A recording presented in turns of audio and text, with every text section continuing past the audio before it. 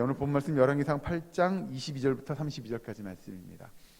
이제 솔로몬이 성전 건축을 다 마치고 그 기물들도 다 갖다 놓고 그가 이제 하나님 앞에 기도하게 됩니다. 오늘 본문의 말씀을 잘 보시면 솔로몬이 기도하는 내용 중에 먼저 하나님이 어떠한 분이신지를 그가 고백하게 됩니다.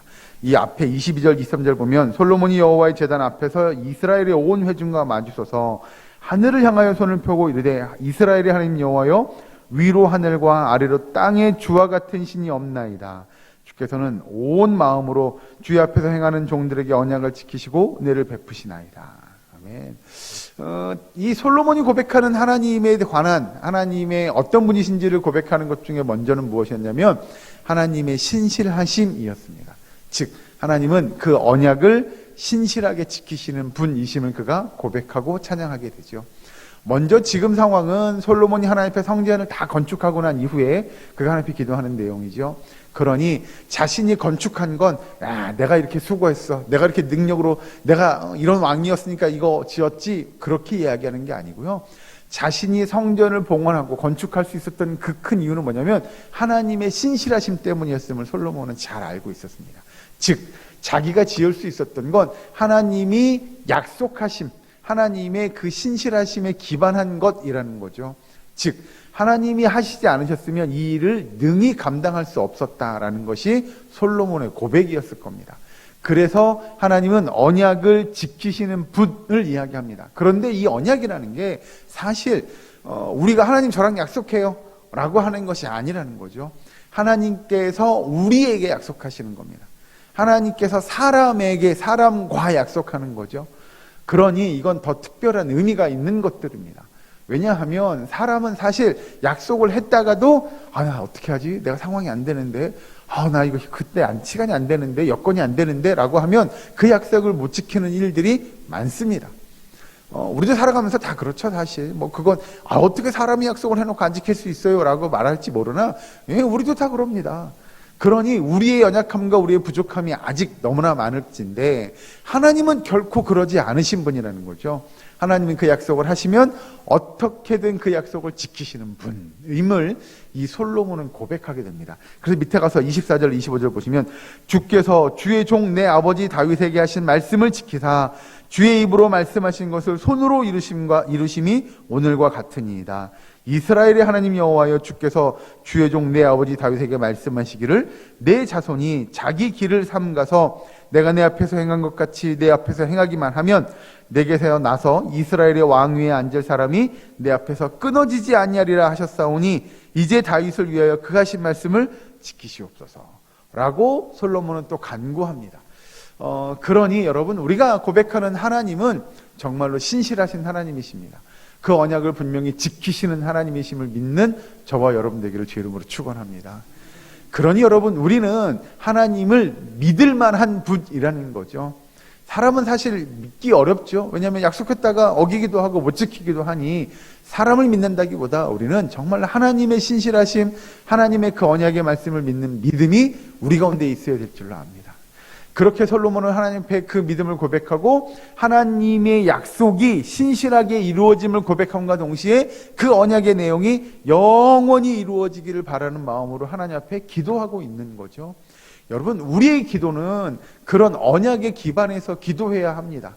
그래서 하나님께서 우리에게 약속하신 그 언약의 내용들을 하나님이 신실하게 이루어 가실 것을 믿는 믿음 안에서 우리가 기도하고 하나님 앞에 바라는 것들을 고백하는 일들이 필요한 것이죠. 하나님이 신실하지 못하다고 한다면 우리는 고백할 이유가 없을 겁니다. 우리가 아무리 고백해도 아무리 간구해도 하나님이 이랬다 저랬다가 왔다 갔다 한다면 들어주고 싶으면 들어주고 들어주기 싫으면 안 들어주고 그럴 거기 때문이죠. 그런데 우리의 기도도 사실은 하나님의 이 신실한 언약에 기반해서 기도할 때 하나님은 우리의 기도와 간구를 분명히 이루시는 분임을 솔로몬은 너무나 잘 알고 있었던 것이죠. 밑에 가서 보시면 이제 27절부터 볼까요? 27절 이렇게 나옵니다. 하나님이 참으로 땅에 거하시리까 하늘과 하늘들의 하늘이라도 주를 용납하지 못하겠거든 하물며 내가 건축한 이 성전이오리까 라고 고백합니다. 이게 뭐냐면 다윗이 지금 성전을 건축해서 하나님 앞에 봉헌 드렸는데 그러니까 솔로몬이 바라는 이 마음은 하나님을 이 성전 안에, 이 건축물 안에 가두기 위함이 아니라는 거죠. 사실 하나님은 그 성전 안에 가두어 계실 만한 분이 아님을 너무나 잘 알고 있었죠. 즉 우리가 성전을 지어서 막 예를 들어서 의리의리하게 막 빛과 번쩍하게 엄청 크고 엄청 화려하게 그 성전을 짓는다고 해서 하나님이 그 안에만 계시냐? 아니요, 결코 그렇지 않을 겁니다. 하나님은 어디든 다 계시는 분입니다.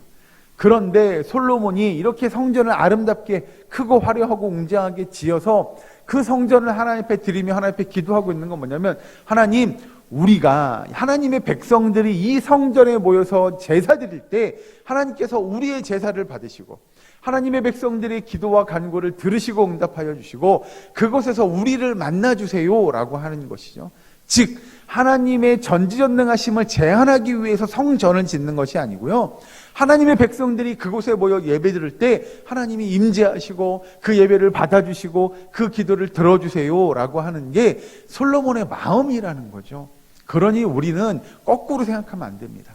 성전은 크고 웅장하고 화려하게 더 많은 사람들이 모이면 그곳에 하나님이 계실 거야 라고 하는 것이 아니고요, 하나님은 어디든 계십니다. 어디서든 역사하십니다. 그런데 하나님, 우리가 이렇게 함께 모여 예배 드릴 때 우리의 예배를 받으시고 우리가 함께 모여 기도할 때 하나님 우리의 기도를 들으시고 하나님께서 응답하시고 역사하여 주시옵소서라고 하는 마음으로 솔로몬이 지금 하나님 앞에 성전 지어드림을 고백하고 있는 거죠. 밑에 가서 보시면 28절에 그러나 내 하나님 여호와여, 주의 종의 기도와 간구를 돌아보시며 이 종이 오늘 주 앞에서 부르짖음과 비는 기도를 들으시옵소서. 주께서 전에 말씀하시기를 내 이름이 거기 있으리라 하신 곳 이 성전을 향하여 주의 눈이 주야로 보시오며 주의 종이 이곳을 향하여 비는 기도를 들으시옵소서. 주의 종과 주의 백성 이스라엘이 이곳을 향하여 기도할 때에 주는 그 간구함을 들으시되 주께서 계신 곳 하늘에서 들으시고 들으시사 사하여 주옵소서. 아멘. 솔로몬이 고백하는 대로 하나님은 어디든 계시는 분이시기에 우리가 이 성전을 향하여 기도하면 우리의 기도를 하늘에서 하나님 계신 그곳에서 들으시고 응답하여 주시옵소서라고 그는 기도합니다. 사실 여러분, 그래서 우리의 기도는 어디서든 괜찮습니다. 골방이든 아니면 이렇게 예배당에 나와 함께 기도하든 아니면 내가 어디서든 간에 내가 기도하는 그 일들은 매우 필요한 줄로 믿으시기 바랍니다. 그래서 하나님은 나와 함께 하시는 분이시기에 골방에서든 이렇게 예배당에서든 내 삶 어느 곳에서든 하나님은 우리의 기도가 하나님 앞에 상달되어지고 하나님은 우리 기도를 들으시고 응답하는 분이심을 우리는 믿고 기도할 수 있어야 함을 성경은 가르칩니다. 그러나 여러분, 그런 거죠. 그럼 뭐 집에서만 기도하면 되지 않을까? 라고 할지 모르나, 그 기도도 중요하고 마땅합니다. 그러나 함께 모여서 이렇게 기도하는 것, 이런 기도의 시간도 너무나도 중요하다는 거죠.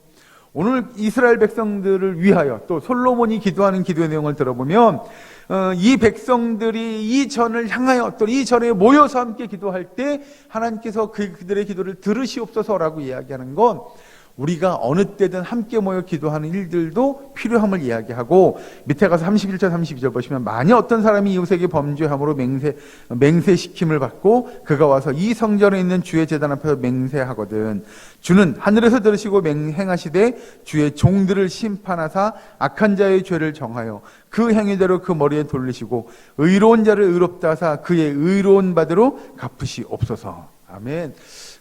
여러분, 그런 거죠. 어떤 사람이 저는 죄 안 지었어요, 저는 죄 지은 거 없어요 라고 하나님 앞에 나올 수 있는데 사람들은 그걸 다 모르죠. 그 사람이 정말 죄를 지었는지 안 지었는지 우리가 어떻게 알겠어요.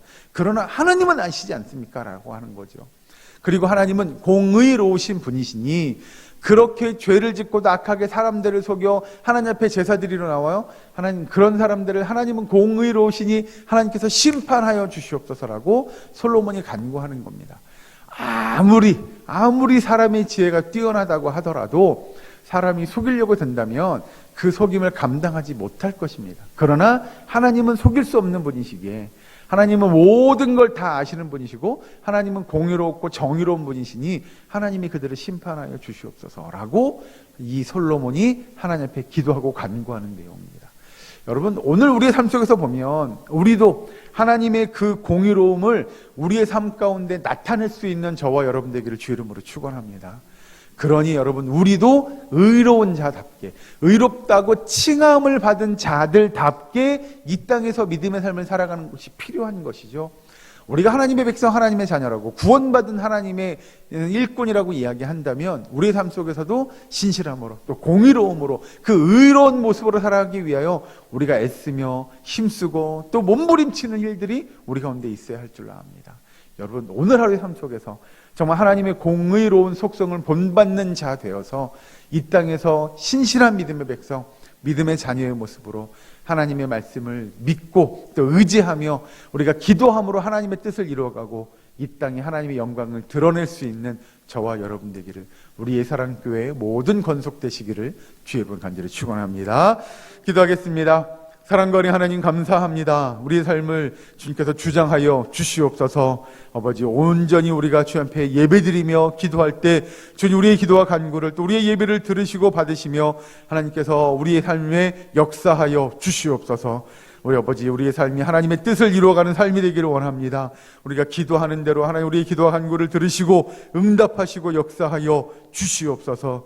특별히 간절히 기도하며 아버지, 우리 가운데 아파하고 힘들어하는 환우들을 위하여 기도합니다. 아버지, 그들의 아픈 것들을 위로하시고 고쳐 주시옵소서. 그 병마를 물리칠 수 있는 힘과 능력을 허락하여 주시옵소서.